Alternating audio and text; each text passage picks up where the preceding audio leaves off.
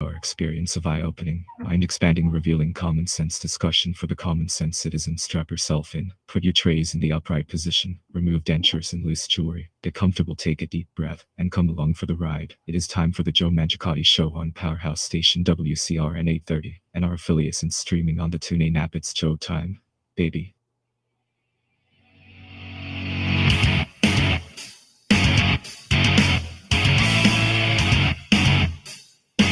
All right, folks, good morning and welcome to the Sunday edition of the Joe Mangiacotti Show from the Boxtrap Middlesex Mattress Outlet Studios. That's right, March 20th already, man. St. Patrick's Day came and went pretty quick. It did for me since I was in bed at 9:30. We missed out St. Patrick's for the last couple of years. Cam is flying the board today. Just a visual. Did you have a good St. Patrick's Day, Cam? Yeah. Out late? No, okay. Yeah, I thought that after 2 years of it being shut down or not allowed to go out, that it would be nuts, but I really haven't talked to anybody that went nuts on St. Patrick's Day. All right, some housekeeping, folks. Good morning. Sunday morning at 7 o'clock, Mike Wade joins us for Conservatively Speaking. Peter Blute at 9 o'clock until noon. So your Sunday talk block is intact. You can join the conversation at 508-871-7000 anytime in the next 6 hours. 508-871-7000. I do have my text line running, which is 617-297-8388. 617-297-8388. Or email me at textjoeontheradio@gmail.com. It appears on the same screen. If you're contacting the show other than for the live show going on, use joemshow@gmail.com. I won't see the emails that you send to Text Joe on the radio that tell me about an article or share something until I'm on the air the next time, folks.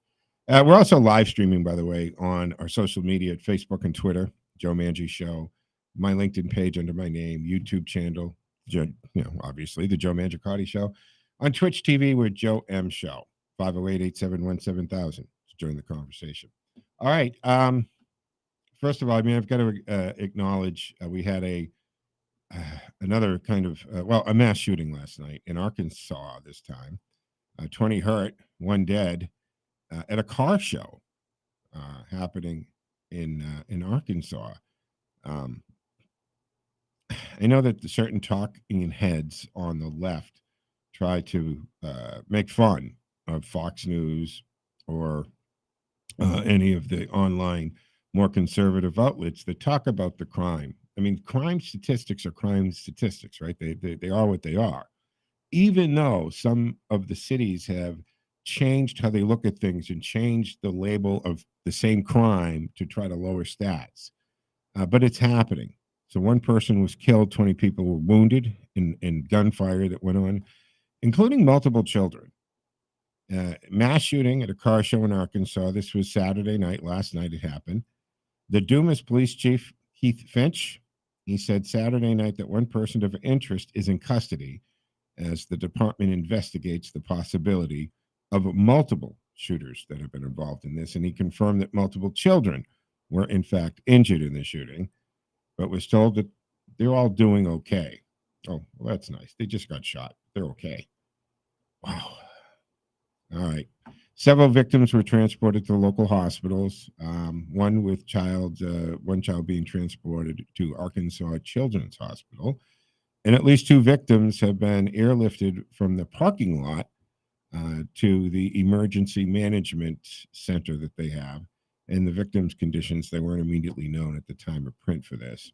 So police have not yet released any information on the potential suspects or the details. So you see something like this. Why? I always want to know the why. Maybe that's the investigative part of me, the why, the motivation. When we hear these reports, or not reports, the stories. I mean, just in this past week, right, we had, and they're always described the same way, folks, right? Mentally ill, homeless person. He grabs a 62-year-old woman, throws her down the stairs. She lands in the mid-landing. He runs down the stairs to throw her the rest of the way down. She suffered serious head injuries. Another elderly Asian woman is getting into a building. And if you haven't seen this video, I defy you to watch it. And I warn you when you watch it. It's horrible. And she's just going into her apartment. He walks into the foyer, knocks her in the back of the head. She goes down, and he proceeds to just windmill on her. 127 blows, I think it turned out to be. This woman will never be the same. You see him catch his breath, and never once does he look over his shoulder. Never once does he think cavalry's coming or cop might be coming by. And the criminals know that they are going to be out. They're not going to, everything that used to be a serious crime has been knocked down. The whole thing with the bail reform, meaning no bail, they're back out on the street. Well, this woman was in the hospital for days. The crime problem is serious in this country, and I don't think we're taking it serious. It's become another victim of politics, right? It's the narration has come. If you are talking about the surging crime rates and the horrific happenings, that you're just a whack out right wing conservative conspiracy theorists trying to scare everybody. It's not true. And they literally want to discount that. And you have to wonder what is going on. And it's being ignored. But I'm telling you, we're seeing some of the gurus of the left starting to speak out, which is good. And they're getting a little flack. But people like Bill Maher, right? He was canceled once, if you remember, in 9/11, his comments about that. I don't think he'll ever be canceled again. But he's trying to tell the Democratic Party, straighten out. You pay attention, because it seems that as en masse, they only pay attention when the polls start to really affect it. So the change that comes and the concern that comes for the rise in crime and the horrific things that are being done to people, it's because of the polling, and they're worried about losing power from the ballot box. Not because they're generally, or at least that's what it seems, not because they're generally concerned with the horrific incidences and the crime that's taken place. So is that what has to happen? It just has to be the polls that take this. Then we had the incident in Florida where a couple of, 4 guys, cadets, I think they were, right? They go down for a party, a good time. And they bought Coke. When he calls the 911 call, he says, hey, we were doing Coke. And I've said this over and over, folks. These are not overdoses. These guys, and like so many thousands of other people, were buying a drug. Now, you can debate them buying a drug, and if they get what they get or whatever, that's not the point. So they bought cocaine illegally. Get over it. The point is, they think they have cocaine, but it has purposely been laced with lethal doses of fentanyl. They know what will happen to these people. I don't know why you'd want to kill off your clientele, but that's what's happening. So I refuse to refer to these incidences as overdoses, because they're not overdoses. That's murder. That's murder. If I slip fentanyl into your morning coffee or orange juice or some other drug that's lethal, or even if I put medication that you're taking but in a lethal dose, knowingly do that, and you die from that, that is straight up murder.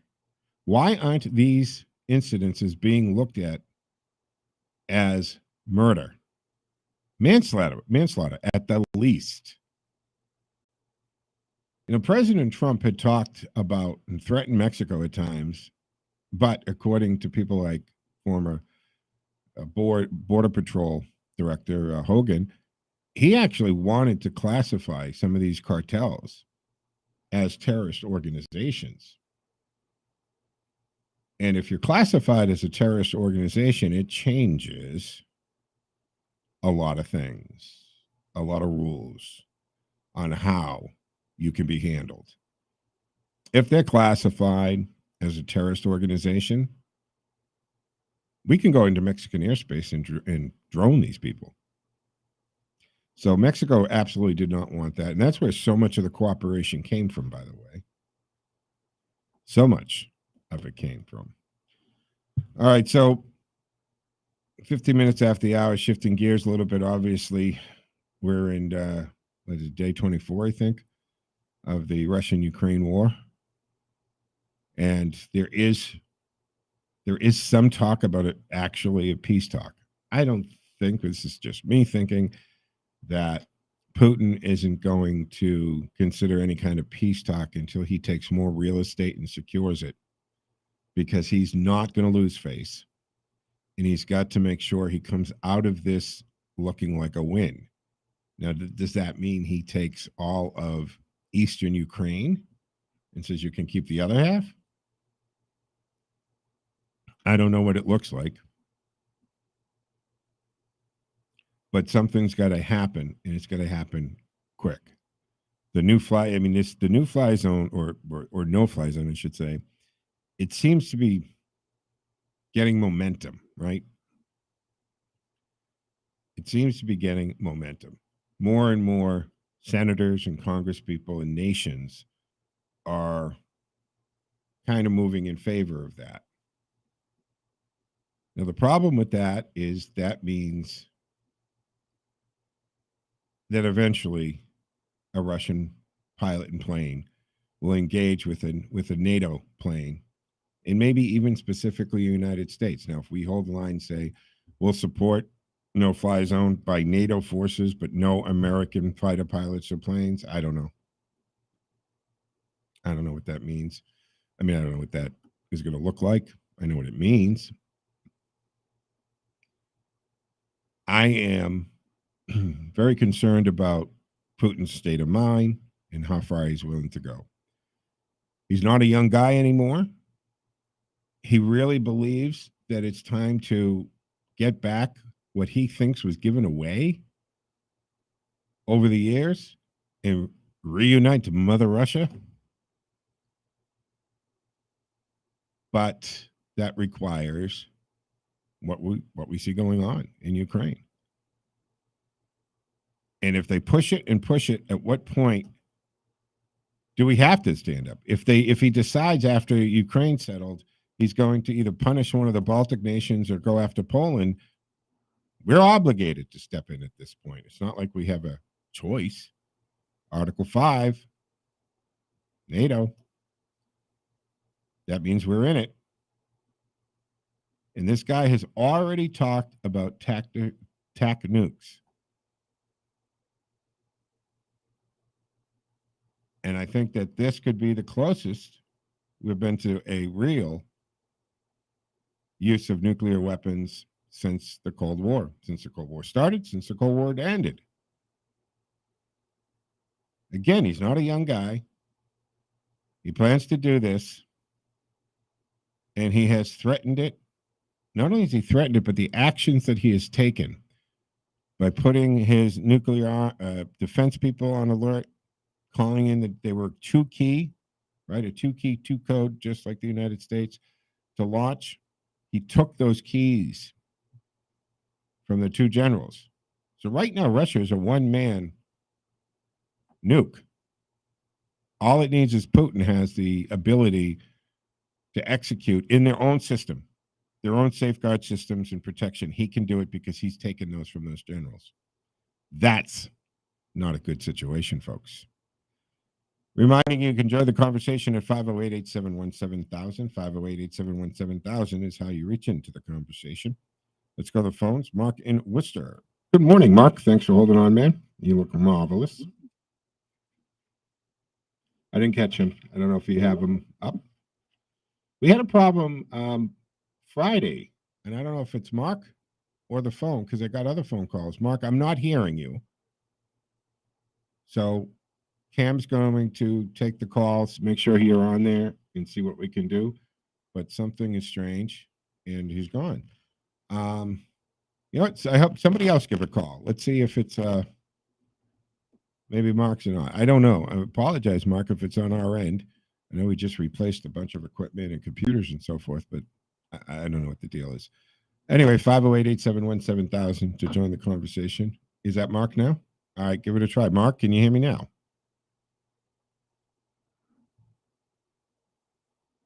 Mark? No, I don't know what to tell you there. Do not know what to tell you. Sorry about that. Cam's going to do his, tech guru kind of stuff that he does and fix that. He's a good guy like that, and we take it from there. So when that's back up and running, meanwhile, somebody else try. Maybe it's just Mark's phone. I don't know. So I was looking at an article, and Victor David Hansen, right? VDH, he's known him by the kids, right? They like to call him VDH, Victor Davis Hansen, and I think he's a very smart guy and I like his perspectives a lot. And he says, that there's some realities that Ukraine that we got to be mindful of, I guess is the way to put it. One is reassuring an enemy what one will not do ensures that the enemy will do just that and more. Now, this has been something that I have not understood Joe Biden's thought process or the administration, the people around him. Because over and over, we're told what we're not going to do. And doesn't that give a license to do anything not on the list? Let's go back to when Joe Biden gave the list of the cyber targets that you can't hit. Well, what does that mean? If it's not on that list, they're open game, fair game, and open season on these other industries. So reassuring an enemy that one will not do ensures that the enemy will do just that and more. Unpredictability and occasional silence bolsters deterrence. There's nothing wrong with not saying anything sometimes and let them guess. I'm old enough to remember back in the 80s, young guy just getting into the radio business, first jobs in the newsroom and so forth. And we invaded Grenada. Now, if you remember, Ronald Reagan was dealing with the air traffic controllers at the time. And he did something that shocked the world. First with the air traffic controllers, and he laid them all off, fired them all. And later, years later, we found out that action was the catalyst to the end of the Cold War. Because when Ronald Reagan fired all the air traffic controllers, the leaders in Russia were totally blown away and caught off guard and thought and said to each other, if this guy's willing to do this because he thinks it's right and he's going to make a point, then that's who we're dealing with. We're not dealing with the typical politician that's worried about appearances and what people say or polls. He will do whatever he thinks is right and what's best for the American people. And that's a dangerous leader to Russia and all nations. So we were in the midst of that, and he fired all the air traffic controllers. That set the ripple effect in Moscow, or the former Soviet Union, to start to say, you know what we need to do? We need to actually go to the table and have a conversation with the Americans because we don't know what this guy will do. And that brought them on to the negotiation floor.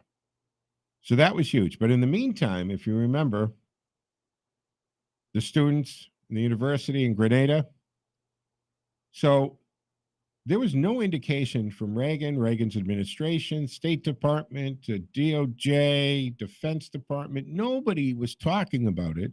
Nobody said a word. And when they were meeting, everybody assumed it had to do with the air traffic controllers. And then all of a sudden, the Marines land in Grenada, and we get those students out. That was a perfect example of sometimes it's better to stay quiet. Are our phones good? Okay, I don't see any call on my screen though. Okay. All right, but the phones are up, guys. So 508.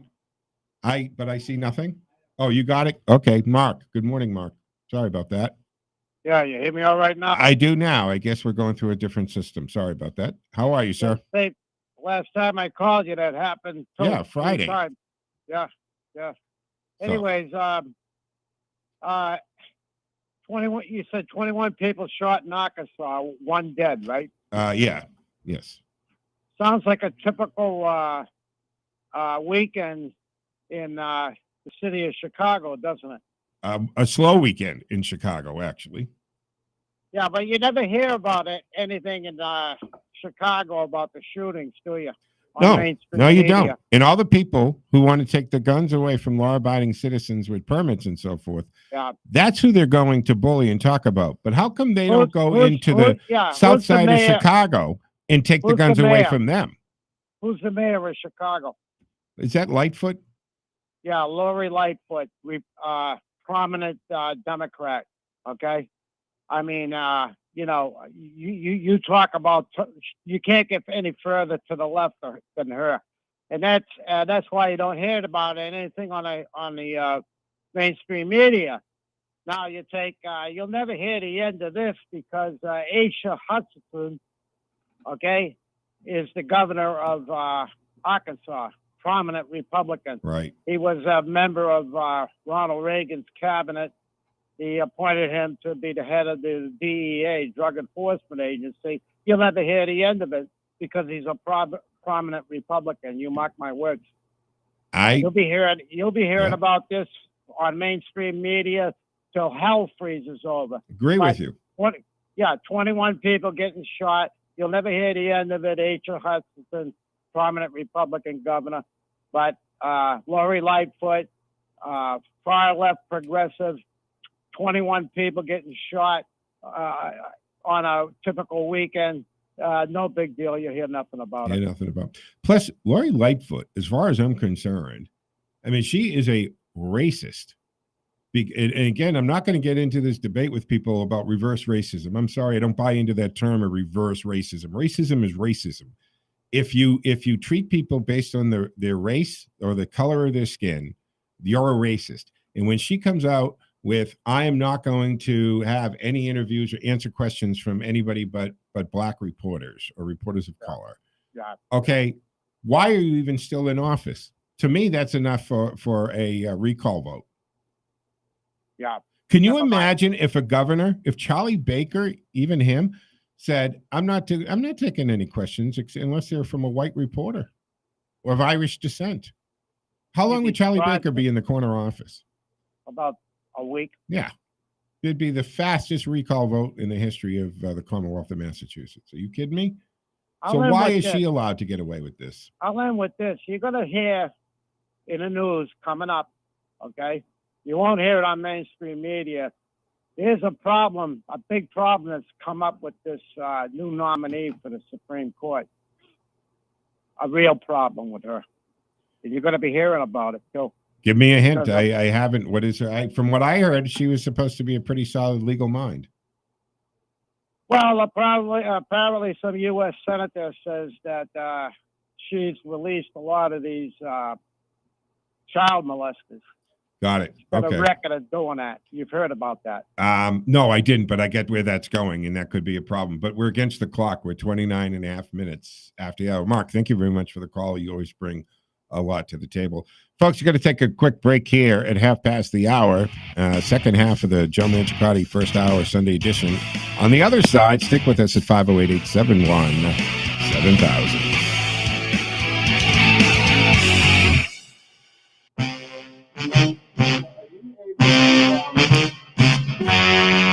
The This is Sean Burke, President of the Licensed Private Detectives Association of Massachusetts, asking you to visit us at lpdam.org when you think you need a private investigator. Don't let your emotions negatively affect your future. Get your answers through a Massachusetts licensed private investigator. Get the facts without risking your credibility by unknowingly committing a criminal offense. You need a license to perform investigations in Massachusetts. What are some types of work that requires a license? Any type of surveillance, interviewing someone for a third party, background and asset checks are just a few examples. For more on this, visit us at lpdm.org and tune into AM 830 WCRN Sunday mornings at 7:30 for case files from the LPDM or anytime at lpdmcasefiles.com.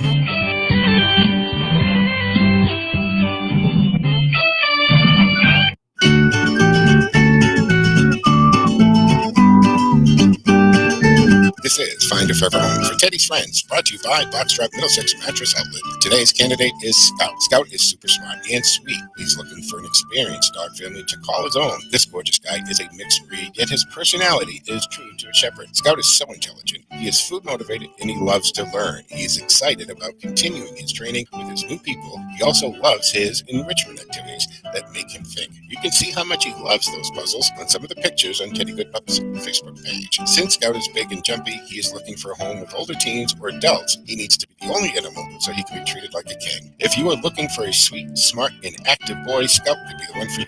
For more on Scout, click Teddy Goodpup's Facebook page. Pictures and links to the Bay Path Humane Society where Scout is staying while he awaits his forever home. Find a Forever Home is brought to you by Boxtrap Middlesex Mattress Outlet. Click boxtrapmiddlesex.com.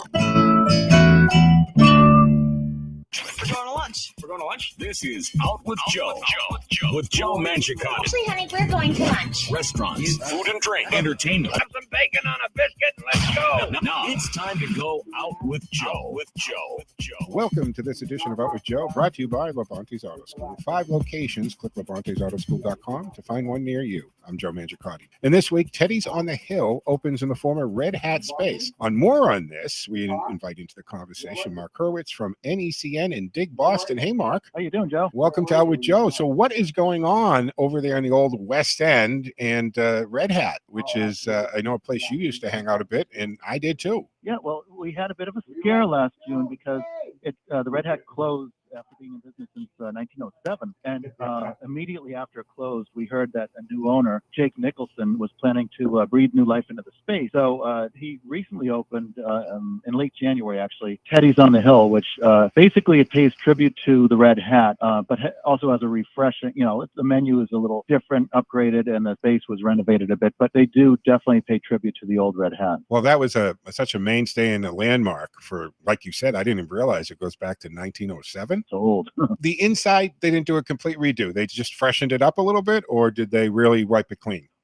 They did a pretty good renovation on it, but they kept it the same style basically as the old Red Hat, and the menu has a lot of the same items that you would see in the Red Hat. So, like nachos, burgers, wings, and of course, beer, wine, and cocktails. But one thing of interest is they're also serving South Shore style bar pizza, which is the only place in downtown Boston where you can get South Shore style bar pizza. I think for some of our listeners, you have to explain exactly what South Shore style bar pizza is. Well, it's an individual pizza. It's 9 or 10 inches in diameter, and it's a mix of mozzarella and cheddar cheese that extends all the way to the crust, and you can get it with burnt or laced edges, so it caramelizes along the edge. It's just a little like Greek pizza, but not really. It's fairly greasy. It's got like almost a shortbread crust, and they're small enough so that you order one and you can eat the whole thing with whatever you're drinking, your beer or whatever. But they're really good, and mostly on the South Shore only. Well, it's great pub food, right? That kind of pizza is awesome. All right, and they're going to go after, again,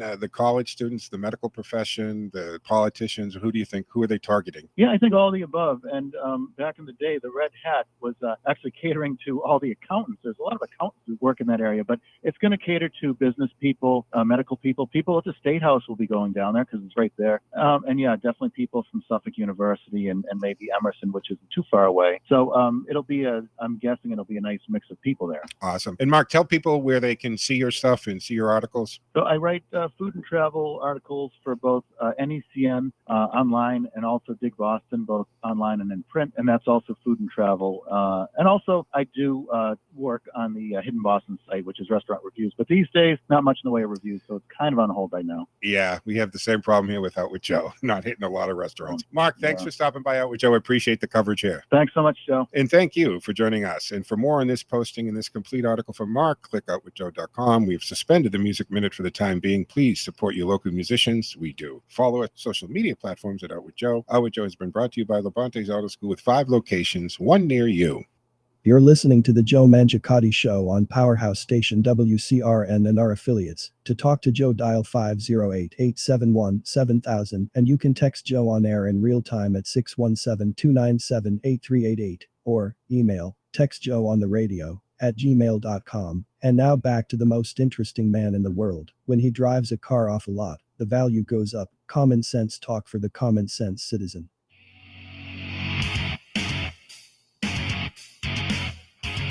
All right, folks, welcome back to the second half of the first hour of the Sunday edition of the Joe Mangiacotti Show from the Box Drop Middlesex Mattress Outlet Studios.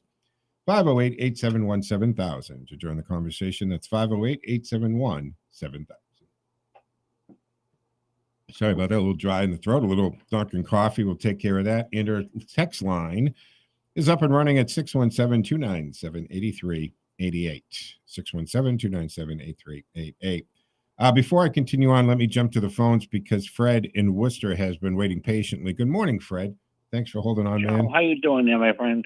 I am well. What's on your mind this morning? Hey, Joe, so with all the discussion about Putin, what he's doing, how difficult is it for the world court to try him on any kind of war crimes? How difficult might they can do it, but they would be doing it absentia because Putin's not going to respond to a summons. He's not going to show up. I mean, they can go ahead and I think the vote. You know what? I don't have it in my notes in front of me because I didn't realize that we were going to take this turn, Fred. But it was a 13-2 or some very, very, very majority vote already in the world court that he has committed war crimes and therefore a war criminal. So that's already happened. So the world court's already acknowledged that these are war crimes. He's a war criminal.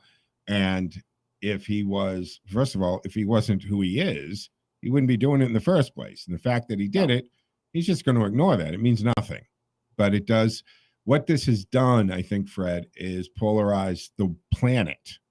So now, and this is Arnold Schwarzenegger did that video. I know I haven't talked about it on the air, and I don't know how many people listening to me right now have seen it.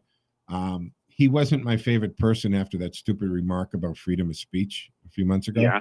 But yeah, I think the video that he did, and by the way, Putin only has about 20, he only follows like 20 people on Twitter. Literally, that's it. And Arnold Schwarzenegger is one of them. And he spoke to the people, and I thought he did a very good job in saying to the people of Russia, you are good people, and we love you. But you're in an illegal war. You're being lied to. You don't want to be the pariah of the world society here, that the sanctions are killing you guys. Russia is being looked at in a very bad way. You don't want to be part of that. You need to know the truth. You're being lied to. They've come in, they're doing, and he showed the pictures of the atrocities happening and so forth. So I thought he did a very good job. Now, will that affect us more here than over there? Probably. I don't know. But the people of Russia are being lied to, and he's still up there talking about drug addled, right? I don't know. Does Ukraine have a big drug problem? I mean, you look at Hunter Biden's connection with Ukraine and his problem. So were they all like that? I don't know what the hell the deal is there. But the point is, he's saying they're drug addicts and they're Nazis and they need to be cleaned up and denazified. And all of this stuff and that Ukraine was a threat to Russia. So that's what the people are being told. But now we're also, Fred, we get the reports, right? We hear the stories of these soldiers who were lied to. They thought they were on maneuvers.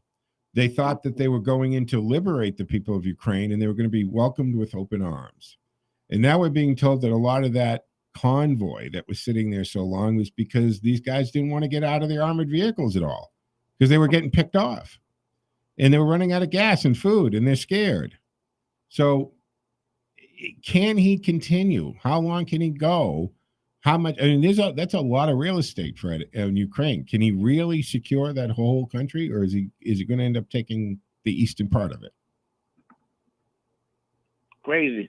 I mean, good question on the court, but the bottom line is, it just solidifies that he's an evil dictator, and he's just not somebody that could ever be in the political landscape, in the world leadership. Like Russia cannot go forward with Putin as a president, and I'm more concerned with the China support and the China connection.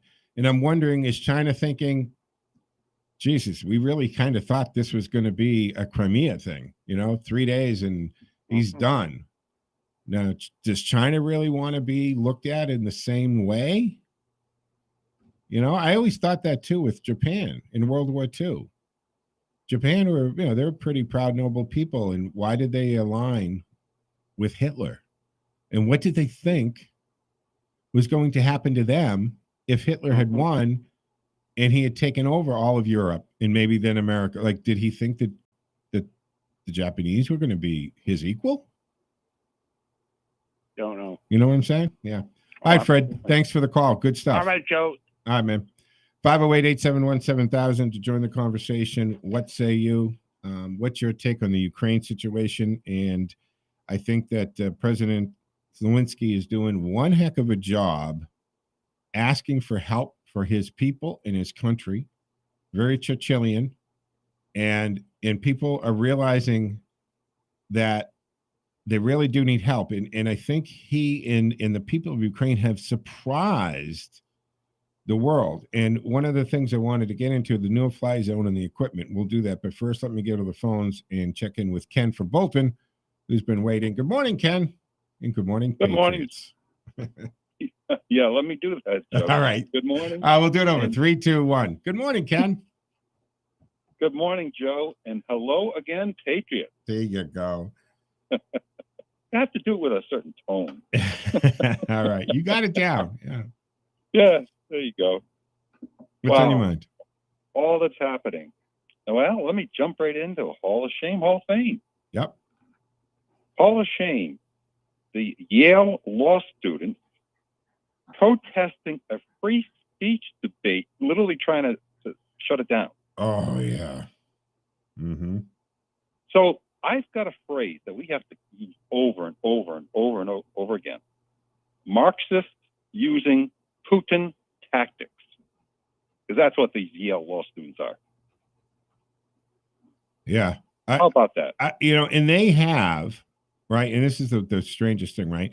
Yale University has a freedom of speech rule in place that you're not allowed to interrupt any guest speakers. And I look at what happened at this, and for the people who don't know what we're talking about, a Yale law student disrupted a bipartisan free speech panel.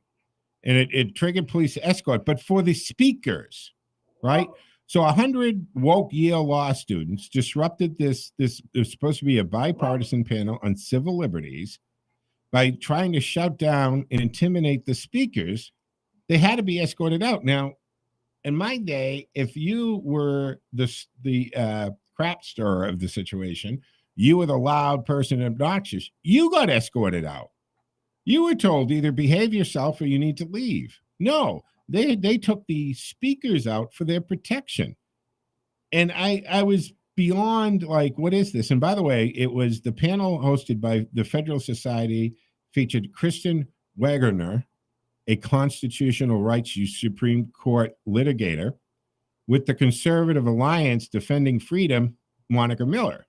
So you had very articulate, intelligent women from both sides of the aisle willing to get into this, what should be at Yale University, a very adult-like debate and conversation.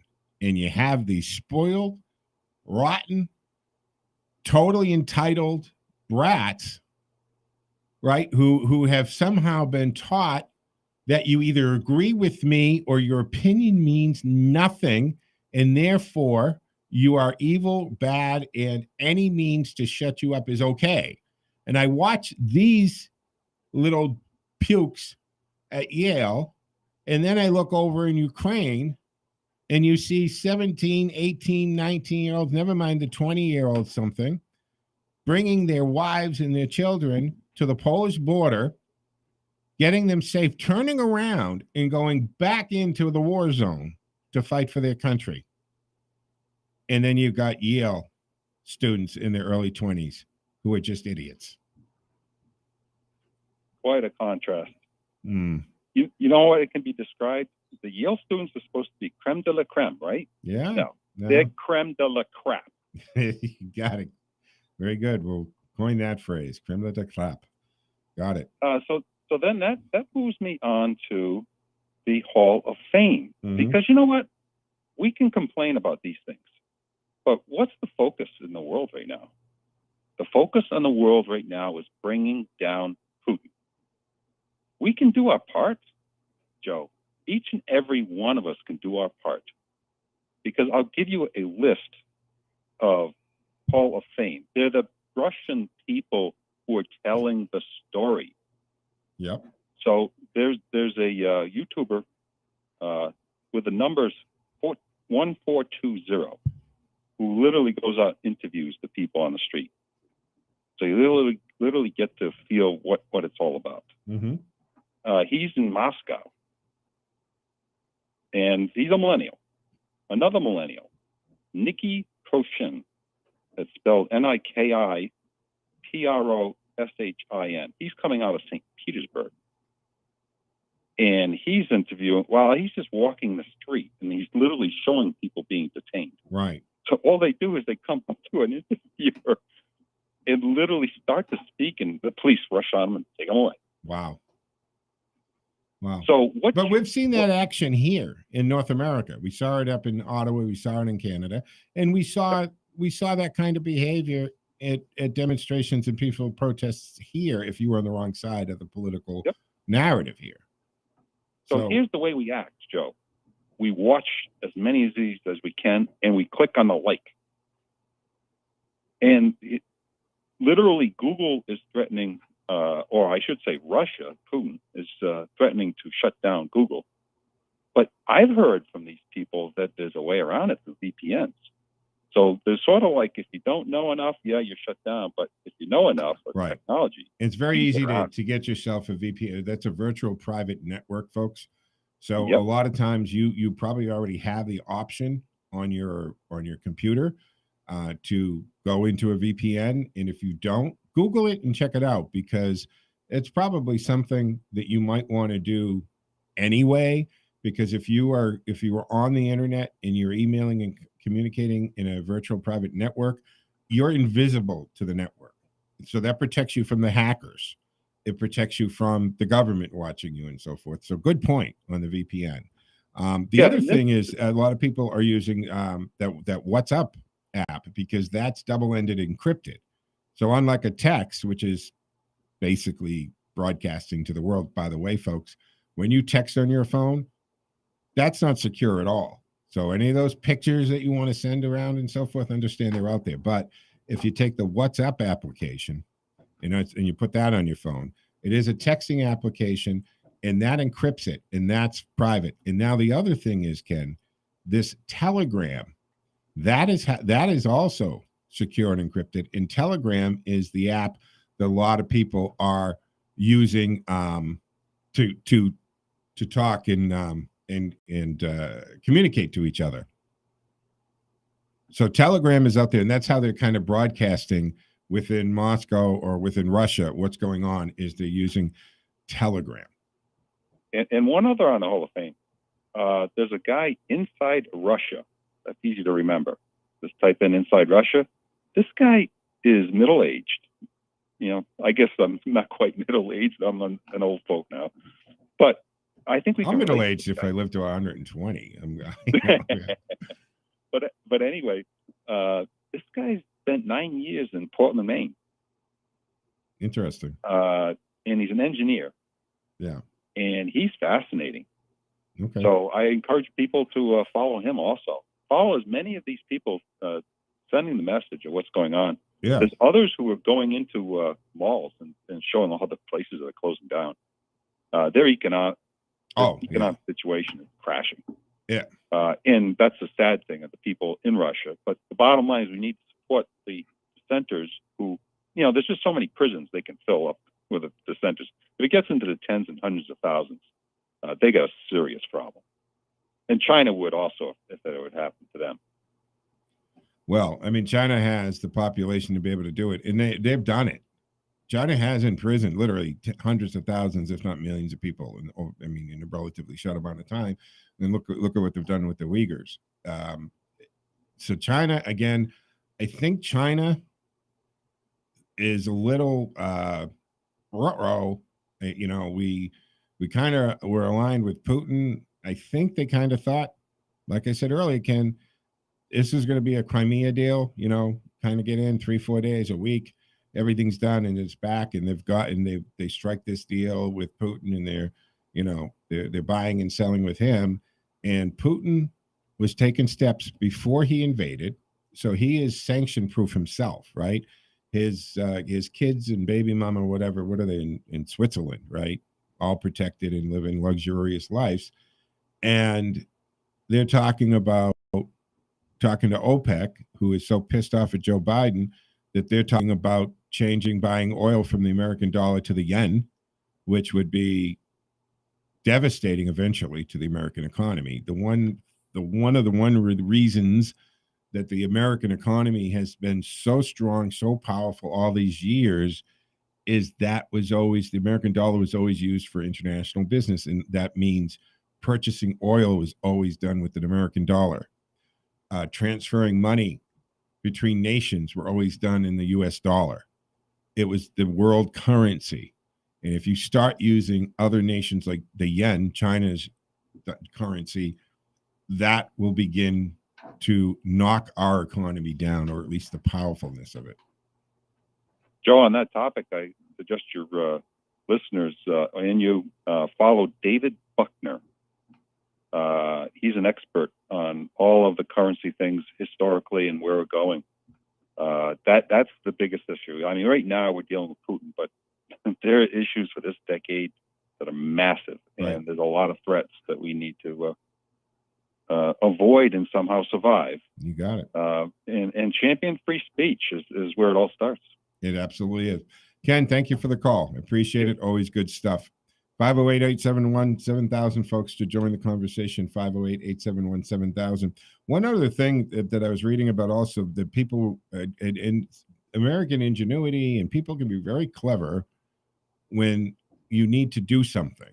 And this is a good example, because people have, to help people in Ukraine, they have been going on to the Airbnb site and booking rooms from Ukrainian hosts with obviously no intention of ever showing up. But because it was already set up, they already had their accounts and they were connected to the bank accounts and all of that. This is a way that people have learned or figured out to funnel money directly to people in Ukraine by booking on Airbnb, paying for 3, 4, 5 nights, whatever they feel they can afford to do, and letting that money come out of their account, and commissions taken out, of course, but land into the host's bank account. So it's because this was an existing setup before the war, so nobody was paying attention to it. I don't know if they've caught on and shut it down, but I think that it's worth mentioning how clever people can be and how we can sometimes figure out ways to help in our own little way when it doesn't seem like we have. any little way to do it. So good on that. Coming up at 7:00, Mike Wade, conservatively speaking, but I want to bring up one more thing going back to the, before I forget about it, is the fly zone, right? The no-fly zones. So they don't work in a big power standoff like we're looking at, because it is a cost-benefit analysis. They are not worth the risk of shooting down the planes of a nuclear power like Russia and bringing that elevation to it. They usually do little to stop planes outside of such zones, but see, shooting missiles at them is really going to be the answer. By sending long-range, high-altitude anti-aircraft batteries to Ukraine, they can deny Russia air superiority in a far better way than we can by engaging our aircraft or NATO's aircraft. So we need to keep sending them the Razor in the long-range grounded missile missiles to bring down and let them create their own no-fly zone with their own military and with the equipment that they're using, and not get into a bunch of fighter jets in the sky and one is coming down, and giving NATO, who are pretty good and most of them trained by American pilots. And if we were to put our pilots up there, very few nations are going to come out on top against your typical American fighter pilot, never mind the aces and the top guns out there. And the other thing before we have to wrap up today, Europe and NATO members, in Germany in particular, they have de facto admitted that in the past decades of shutting down nuclear plants, coal mines, oil and gas fields, that they've left Europe at the mercy of Russia.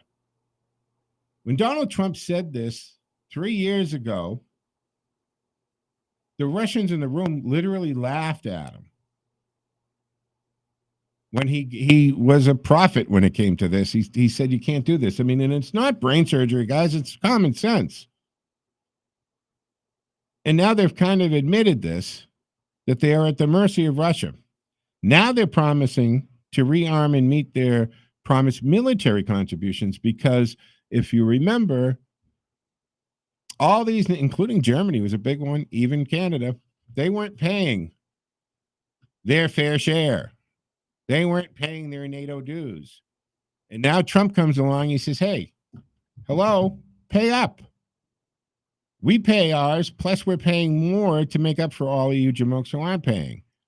And they're like, yeah, they're thinking to themselves, we never paid. But if anything happens, the United States, you're going to come and get our back. And Donald Trump said, if you're not paid up, we're not.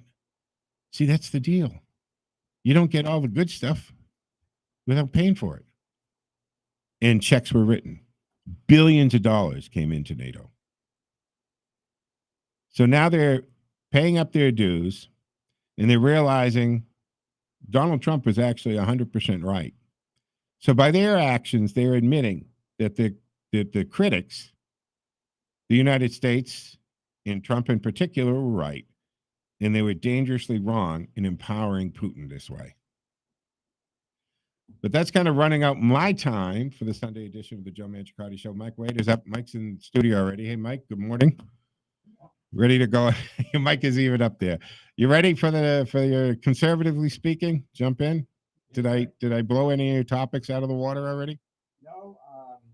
Pull your mic up to you. I don't know which one works. Yeah, that one. I think that. No, that doesn't work. You got to pull that one.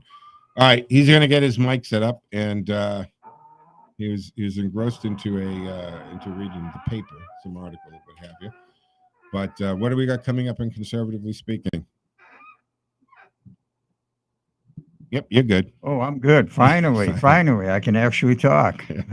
There's plenty. Well, that's debatable. There's plenty of going on now. I've got some real good articles. Some about transferring into this electric utopia that all these people want. The cost of doing that is astronomical, and the time frame doesn't make sense at all. So there's some good articles. Good article on where I spreading a lot of misinformation about the the virus. Okay. I Right. got some real studies for that. It's coming up. We got to break. I'm against the clock, folks. That's going to wrap up the Sunday edition of the Joe Mangiacotti Show. I'm back tomorrow afternoon at 1 p.m. for the Monday edition of the Joe Mangiacotti Show. Follow me at Joe Mangi Show on social media. Hey, back in a moment with Mike Wade and Conservatively Speaking. WACE Chicopee and WCRN Worcester. 7 o'clock. From estate planning to tax preparation, probate, real estate, accounting, and more.